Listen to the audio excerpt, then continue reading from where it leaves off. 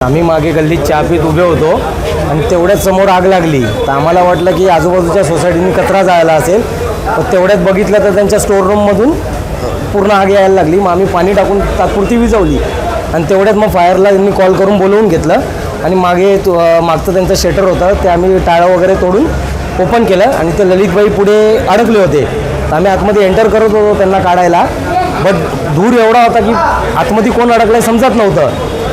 प्रयत्न केला त्यांना काढायचा, पण 10-15 मिनटानंतर त्यांचा हात आमच्या हातात आला आणि मग त्यांना आम्ही बाहेर घेऊन आलो. आम्हाला घटना जेव्हा प्राप्त झाली आम्ही कॉलवरती इकडे रवाना झालो.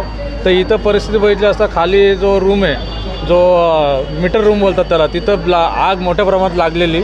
तर MSCBला कॉन्टॅक्ट करून सप्लाय बंद करून आम्ही तिथं पाणी मारल्यामुळं वरती फर्स्ट फ्लोअरला प्रचंड प्रमाणात धूर झालेला. तर नंतर आम्ही पाणी मारायचं बंद केला असता वरती जे बँकेत जे माणसं अडकलेली त्यांची आम्ही टीम घेऊन त्यांची सुखरूप सुटका करून त्यांना खाली आणलेलं आहे. तर अशा प्रकारे या आगीवरती नियंत्रण मिळवून त्यांची सुटका केलेली आहे. खाली मेडिकलला आग लागल्यामुळं वरती जास्त प्रमाणात धूर झाला पाणी मारल्यामुळं. आता पाणी तर मारणं गरजेचं आहे कारण आग होती ना तशी.